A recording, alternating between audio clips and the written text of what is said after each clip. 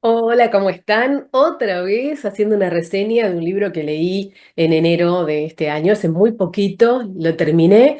Y es un libro que les confieso que al principio, no sé, casi hasta la mitad del libro, decía, pero me confundí, creí que iba de una cosa por la sinopsis. Ojo, porque cuando leemos la sinopsis a veces tenemos unas expectativas que no siempre se cumplen. Entonces, al llegar a la mitad dije, no, ya leí mucho como para abandonarlo, vamos a seguir, porque me gustaba, pero no era lo que yo esperaba. Y dio un giro fundamental en la mitad o un poco más, creo que el 60% del libro, y ahí dije, sí, sí, esto era lo que yo estaba buscando.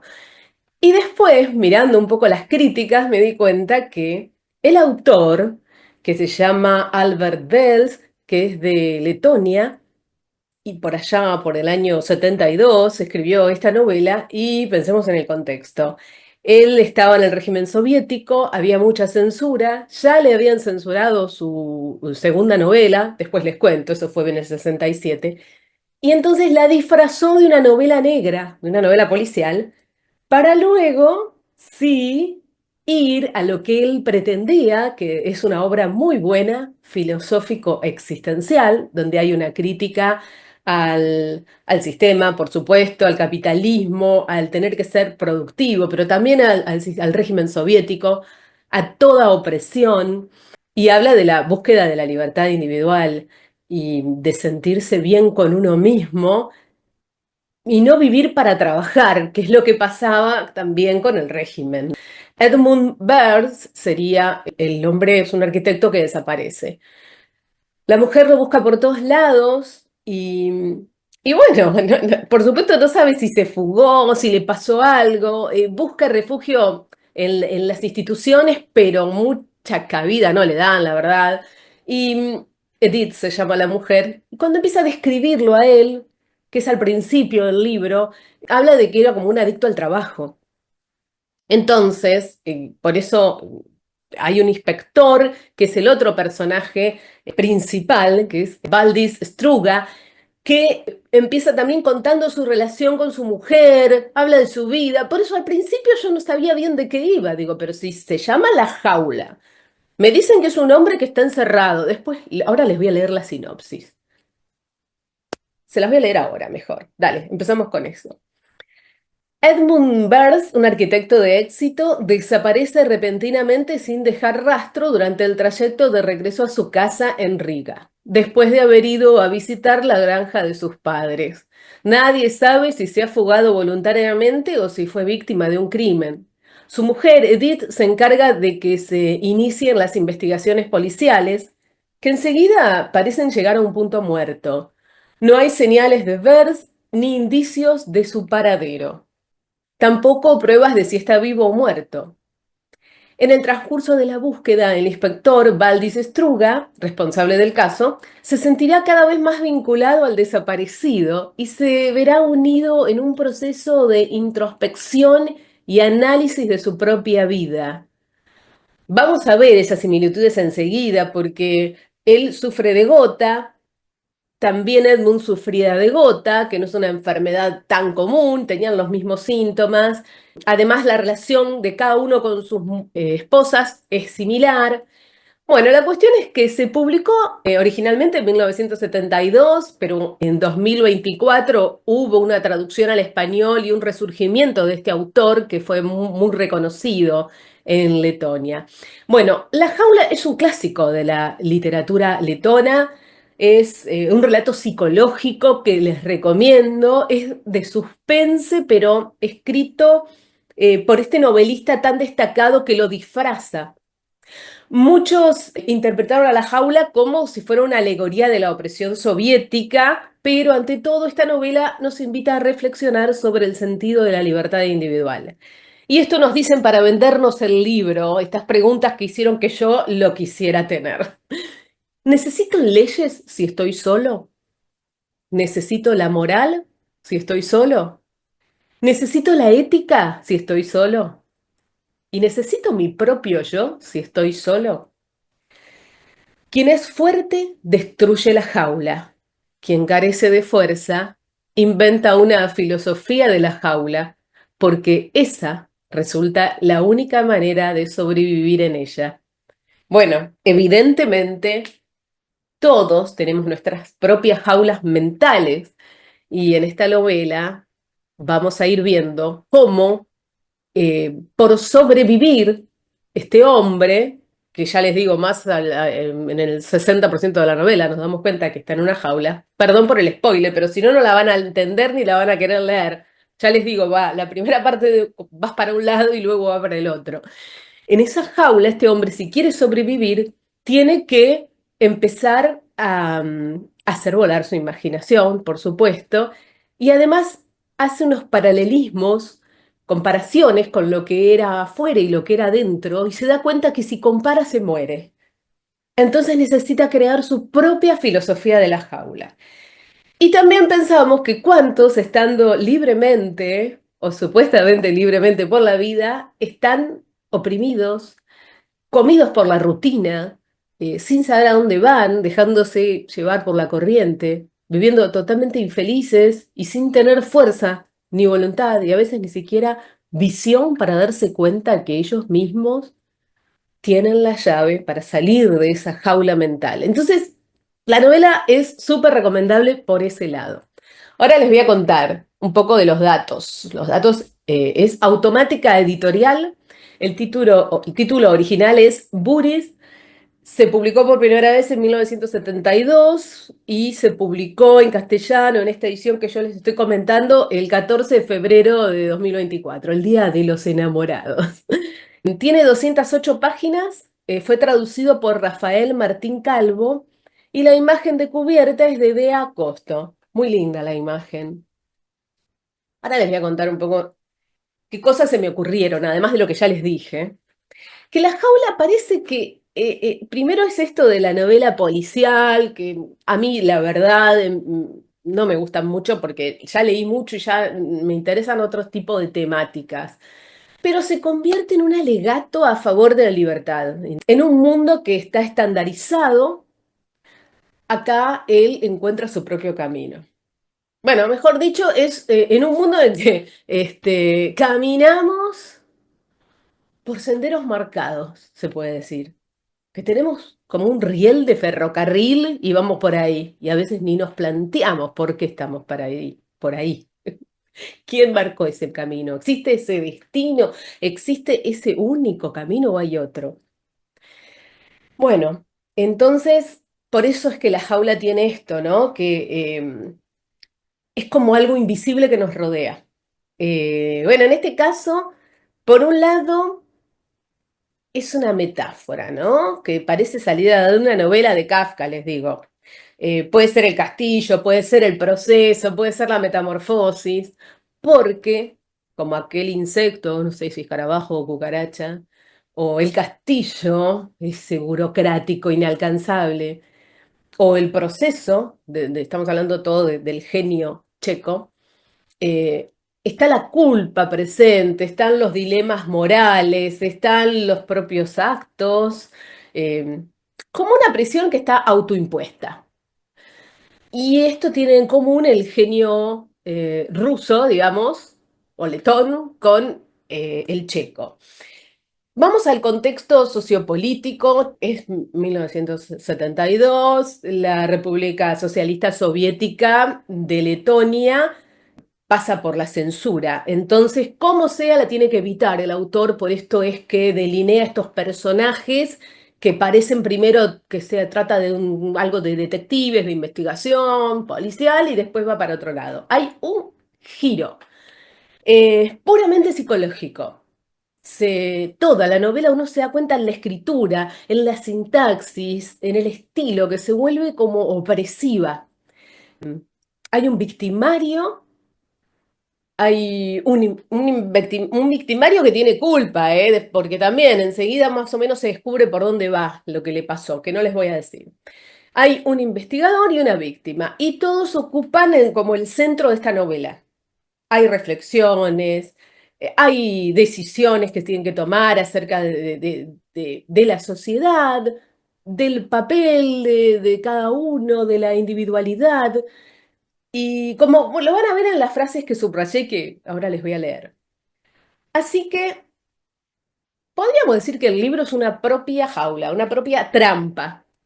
Nos hace creer que es un policial, después es algo filosófico existencial y además critica el régimen, el hecho de tener que cumplir, de vivir para trabajar, cómo eso afecta a la salud, porque estando encerrado y en contacto con la naturaleza, ya van a ver por qué, porque esta jaula es muy especial, eh, ahí descubre la propia naturaleza humana. Quizás hasta los síntomas de la gota se le van con este régimen que tiene que hacer, pero ay, yo no sé si decirles más. Me parece que no les voy a decir más. Les voy a hablar algo del autor y después vamos a las citas. Yanis Cyrus, que es conocido con el seudónimo de Albert Wells, nació en 1938 y murió en 2024, cuando estaba por cumplir 86 años. Él estudió ingeniería eléctrica, también en la Escuela Circense de Artes de Moscú, y después de que sirvió en el ejército, se formó en la Escuela Superior de Guionistas y Directores de Cine en Moscú. En 1963 comenzó a dedicarse profesionalmente a la escritura a tiempo completo, ¿no? Y trabajó en la Unión de Escritores de Letonia. Su primera novela, El investigador, en 1967, fue elogiada porque tenía una prosa innovadora, mientras que la segunda, que se llama Insomnio, que también la escribió ese año, fue censurada, pero gracias a que el autor se opuso firmemente a los intentos de impedir su publicación, lo pudo hacer y miren todo lo que pasó, cuando a veces decimos, bueno, los sueños tardan en cumplirse y en ese caso un objetivo concreto de publicar el libro vio la luz recién en 1987, 20 años después. Bueno, cerca también de la caída del muro de Berlín, ¿no? Estamos hablando 2 años antes, ya iban cambiando los tiempos. Por eso siempre hay que leer en contexto las obras. Bueno, muchos de sus libros además fueron llevados al cine y recibió premios como la medalla conmemorativa de los participantes de las barricadas. Eso fue en 1991, que es un premio que se les da a los que participaron en el enfrentamiento con las fuerzas soviéticas en 1991, que se conocía como las barricadas. También fue miembro de la Academia de Ciencias de Letonia y fue galardonado con la Orden de las Tres Estrellas, un premio muy importante. Bueno, ahora vamos a las citas.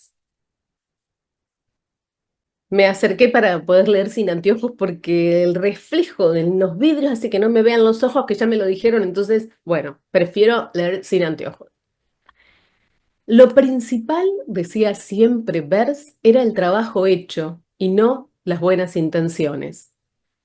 Recordemos que Bers es el arquitecto, el que había desaparecido, y cuando lo describían como un adicto al trabajo, él tenía una moral así como muy firme.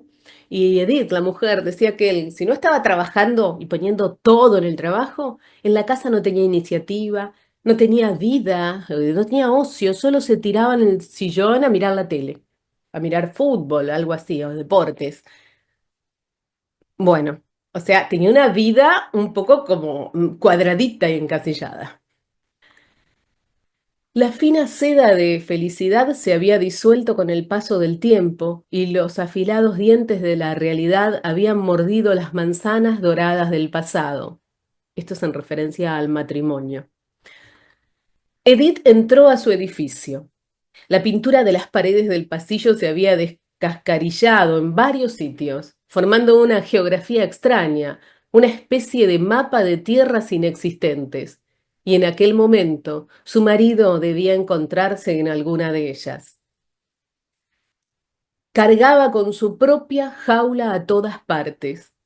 Solo podría liberarse de ella a través de la muerte o del arrepentimiento sincero. Pero él en realidad no quería morir y era incapaz de arrepentirse de nada. Así que siguió esperando. Continuó a la espera del momento adecuado para volver a la vida, a disfrutar de ella. Aquí estamos hablando de la persona que lo secuestró, se podría decir, quien le robó y lo metió en la jaula. Entonces este criminal estaba escondido porque sabía que lo estaban buscando y ahí contaba que no estaba arrepentido, pero que vivía en su propia jaula. no podía salir, no podía vivir ni disfrutar del dinero que tenía porque estaba escapando de la policía que lo iba a matar si lo encontraba. Todos somos hijos de una sociedad como las nueces de un nogal. El gusano entra en algunas y devora la nuez, dejando un vacío. El viento derriba algunas antes de que maduren. Las ardillas y los pájaros se comen otras, y solo unas pocas logran echar raíces en la tierra fértil. Todos somos tan parecidos y sin embargo tan diferentes en nuestro ser. ¿Es ingenuo pensar así a mi edad? ¿Infantil? ¿Sentimental? Tal vez sea un moralista. ¿Y qué hay de malo en ello? A mi edad es difícil sobrellevar mi profesión sin una buena dosis de integridad moral. Igual que un cocinero no puede prescindir de la sal, un investigador debe ponerle una pizca de integridad moral a la sopa de la vida. De lo contrario se convierte en un mero barrendero de calles. Y ya hay máquinas que pueden encargarse de limpiarlas. Estamos hablando de el investigador, por supuesto, ¿no? Eran sus pensamientos. En ocasiones razonaba que todas las desgracias del mundo provenían de la costumbre humana de comparar. Esto ya se los conté, es el arquitecto en la jaula. Pero él había vivido una vida diferente y no podía olvidarla. Qué bien viviría afuera, pensó, tumbado de espaldas, mirando al cielo estrellado. Cómo disfrutaría de la vida, aunque fuera un pobretón. Y qué maravillosa es la vida en realidad. En el mundo de fuera de la jaula, aquellas palabras sonarían atópico hueco. Sí, es cierto, si nosotros decimos la vida es el mejor regalo que podés tener, disfrutala, que estás sano, que estás libre, decimos que es pavada, que estás diciendo del, no sé, de la New Age o lo que sea. Pensamiento positivo, hueco, fácil. Sin embargo, cuando él está en esas condiciones, se da cuenta que la vida es maravillosa y quiere vivir. Mi tiempo discurre más allá de los barrotes, como un arroyuelo seco, y mi barco está varado en un banco de arena. Me tienes aprisionado con tus tentáculos indestructibles. Has detenido mi marcha. ¿Sonríes con el gesto burlón del vencedor? El cielo azul relumbra a través de tus barrotes como el paladar del mundo a través de los dientes de la eternidad. En un momento él le habla a la jaula y estas son algunas de las ideas que tiene. ¿A dónde me has arrojado? ¿A la boca del tiempo? ¿A un reloj de arena? Has entreverado tus barrotes con mi cuerpo, pero nunca lograrás introducirlos en mi cabeza. Ahí reside mi fuerza y tu debilidad. Mis pensamientos son libres como pájaros. Hermosa esta cita, y real, totalmente real. No hay límites para la creencia y para la imaginación. No importará si muero. Saldré volando en forma de polvo a través de tus barrotes. Seré libre en el origen de los átomos, mientras que tú, jaula, te oxidarás y te derrumbarás, porque ninguna jaula ha sido eterna. Solo nosotros, los hombres, somos eternos. Al igual que el dolor de muelas, la jaula era un recordatorio constante de su vida, de su existencia, o quizá de la brevedad de la vida, y al mismo tiempo un recordatorio también de la eternidad de la vida y de la singularidad de la vida, porque nunca tendría otra. Ni la tenía ahora, ni la tendría jamás. Quien es fuerte rompe los barrotes. Quien carece de fuerza bromea sobre los barrotes. Quien es fuerte destruye la jaula. Quien carece de fuerza inventa una filosofía de la jaula, porque esa resulta la única manera de sobrevivir en ella. Soy mi propio amo, mi propio esclavo, mi propio juez y mi propio verdugo. Sí, puedo buscar consuelo en juegos de palabras, mi propia soga y mi propio patíbulo, pero no puedo ser yo mismo sin el resto de los hombres. Comprendió que la soledad misma era la jaula más terrible en la que un hombre podía encerrarse. La soledad era algo bueno, solo si uno podía interrumpirla cuando quisiera. Bueno, no les voy a contar más nada, ya les dije muchísimo, casi como que no sé, les di el libro digerido, pero se los recomiendo porque no es muy largo, es un libro que, ya les digo, tiene algunas descripciones muy interesantes que a mí me parecen como viajar a otro mundo cuando la imaginación del autor plasmado en este caso en el personaje principal, que tiene que rebuscárselas en esa jaula. Es una jaula que está al aire libre, tiene un piso de cemento, tiene barrotes, pero no puede salir y no puede abrirla porque se abre del exterior. Está en el medio de un bosque y van pasando los días y va comiendo lo que puede y va haciendo cosas que jamás se hubiera imaginado que haría estando afuera. Entonces, eso a mí me fascinan, ese tipo de descripciones, porque es pura imaginación, esa aventura. Y bueno, léanlo. Léanlo, no lo hago más largo, creo que ya hablé un montón. Es un libro que disfruté, denle una oportunidad. Y acá se dejo de nuevo la tapa, la cubierta. Les agradezco haber estado hasta acá. No se vayan antes de que les diga algo. Me gusta mucho leer, como ya saben, hacer audiolibros, hacer audiocuentos y estas reseñas. Y a veces a mí me satisface nada más que leerlos. Sus comentarios me gustan, saben que siempre les contesto. Y a veces también abajo en la descripción yo les digo que pueden colaborar conmigo con un cafecito. Es una app en la que ustedes pueden donar algo de dinero y después, bueno, a mí yo lo recibo, se quedan con un porcentaje, pero lo recibo. Así que bueno, les agradecería si me invitan con un café, vino el mangazo, si se suscriben, si le dicen a algún amigo, algún familiar que se suscriba al canal, así me da más visibilidad. Bueno, les agradezco haber llegado hasta acá, hasta el final del video, difúndanlo si es posible y hasta la próxima reseña.